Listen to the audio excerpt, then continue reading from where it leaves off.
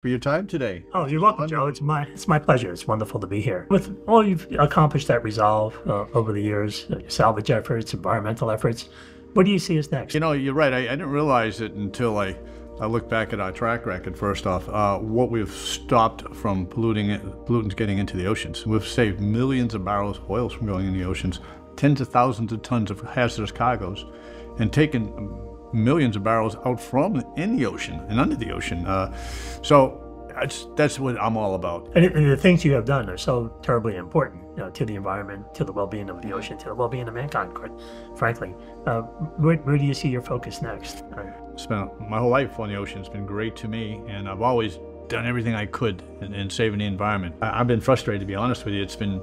I just see these different initiatives that we can do. Erosion is coral, but the really burning one is how can we effectively help the right whale. And you develop a passion for saving these magnificent creatures. They are incredible. Yeah, we released one in Dutch Harbor a few years back. We have we rescue all the deadliest catch fleets up there. I have 2 rescue ships and keep an airplane out in Anchorage for that. The amount of right whales left, and I just found it hard to understand how could you have millions of whales down to 370 right whales. They were saying there's like 64 females left, and this is tragic. What is it that's unique about the Land and Rose that makes it the right ship for this project? The idea is she was built for the North Sea to begin with. So she's built to be in, 40 to 60 foot seas. Not that you want to be in that, but you can't pick the weather that you need to deal with the mission we're talking about here.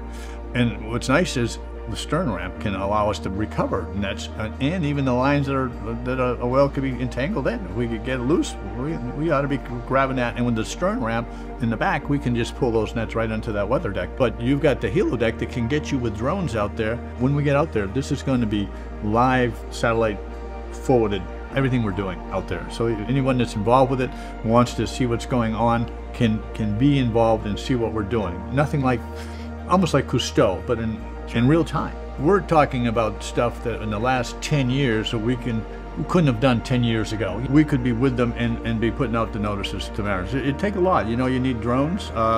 And candidly, we're looking at a couple of satellite companies too to see how challenging would it be to stay on, get a thermal signature of the whales, where they're going, and we can do some dead reckoning where they're going to be. And we're there now putting out the notices to traffic. Here's what we've got. We've got some of these whales there because it'll be a good service to them, because there's nothing worse than hitting a whale, damaging your own vessel. The stigma to it in this day and age, this could be a dedicated vessel to do that. And crew would usually have about 12 to 14, but she can handle another 20 or 30 people on board, from scientists to people that really philanthropically inclined, that want to help us support this mission.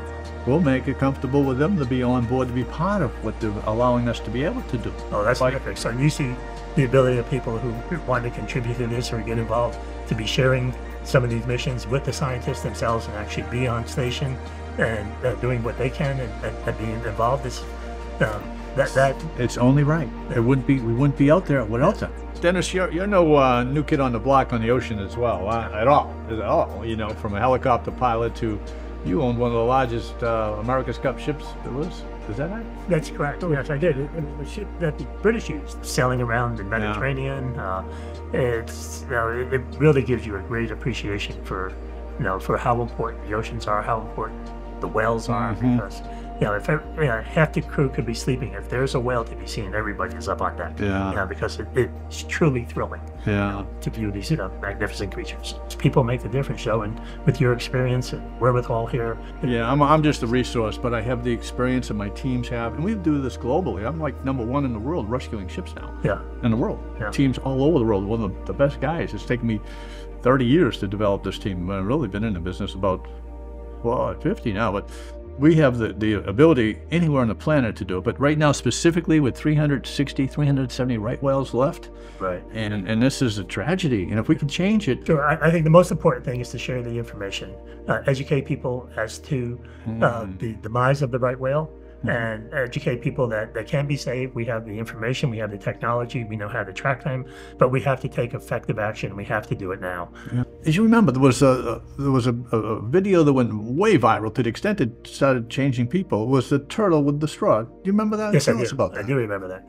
Yes, I think once that video went viral and people became aware of the damage a single straw could do, to a turtle, there was a great movement to eliminate straws. So even if you can't be involved in any way, just by passing this information and message that we're putting together now to others that may. Exactly. And by reaching out with a nonprofit Sure. and your good self and the people that you know, I think we certainly will make the impact that needs to be done. So we're very much looking forward to making this happen with you, Joe. God bless you. Thank you, Joe. Right.